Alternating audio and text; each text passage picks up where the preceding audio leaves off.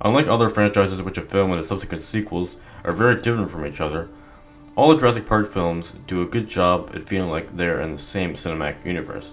This doesn't mean that each JP film isn't unique, they are. Jurassic Park is the Crichton sci-fi techno-thriller to start it all. The Lost World is much the same, but expands the world that we were introduced to in the first film with a lot more characters. People frequently make the argument that it's the darkest of the franchise because the message is a bit more extreme, and there's some pretty intense violence for a PG-13 rated movie. JP3 is more of a traditional sci-fi horror flick, and Jurassic World was more of a harkening back to the franchise's roots, albeit on a much, much larger scale. So the question is, what style will they go for with Jurassic World 2? Which is what I'm calling the unannounced sequel to Jurassic World. The idea of militarizing dinosaurs was introduced in JW1, but that's a really fucking stupid idea that I hope they don't actually pursue as an actual plot device in the sequel. I know the whole overarching theme of Jurassic Park is the human exploitation of dinosaurs, but that's just taking it to an extreme. We know that Colin Trevorrow, who is co-writing the script for Jurassic World 2, actually pays attention to what JP fans think about Jurassic World and where they want the series to go forward. So seeing all the negative backlash the whole dino militarization thing has gotten from the fans, I hopefully doubt that they won't explore the possibilities of it. But still, if this was even a possibility, it sends you the message that the next JP film is definitely going to be darker than its predecessor. Which tried to be intelligent in some ways, but tried too hard to be entertaining that the writers didn't really worry about completing a fully developed and well-written script for the material. Now that we've already rebooted the franchise with last year's blockbuster, they can focus a lot more on creating a story that reintroduces us to this JP cinematic universe that takes place over 20 years since the events of the first Jurassic Park. I don't think that I'm being unrealistic with my expectations. Jurassic World showed us that it has the potential to do a good job in displaying an on-screen world in which humans and dinosaurs coexist, and due to the events of JW, with the park going to shit, that shows that humans maybe aren't capable of containing prehistoric animals, especially not running commercial enterprise around them.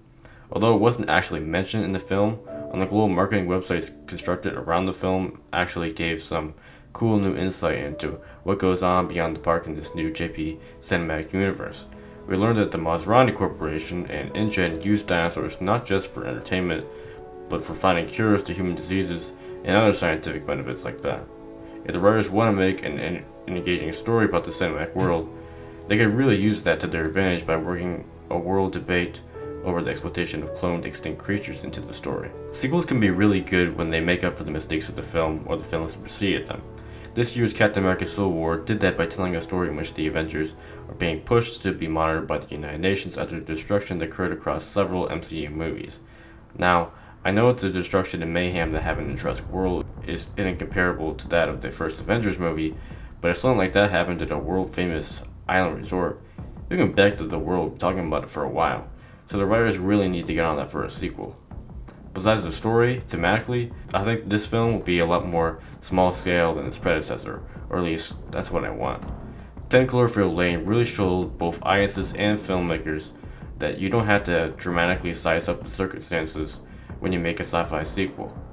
You can make it smaller scale and it can still be great. This would also give them more of an opportunity to return to animatronics rather than CGI, because if you have a bunch of big set pieces, you're going to have to fill it with lots of CG and touch up the surroundings with 3D animation.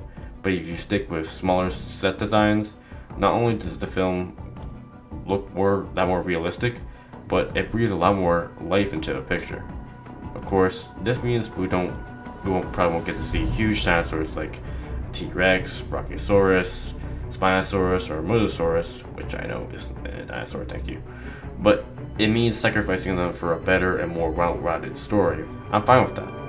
I don't know that much about the filmmaking style of J.A. Boyana, but showing how he's done mostly low-budget indie films, with the exception of The Impossible, and did a good job at them, at least what I've heard, that I definitely think is a possibility that they might tone it down a bit for the next Jurassic. I'd love to see if we got an entire JP film that just took place in some obscure underground InGen testing facility. That would give so much time for character and plot development. How do you guys think Jurassic World 2 will be different? Let me know in the comment section down below. If you liked the video, then please leave a like rating and subscribe to my channel for more movie reviews and discussions. Buddy out.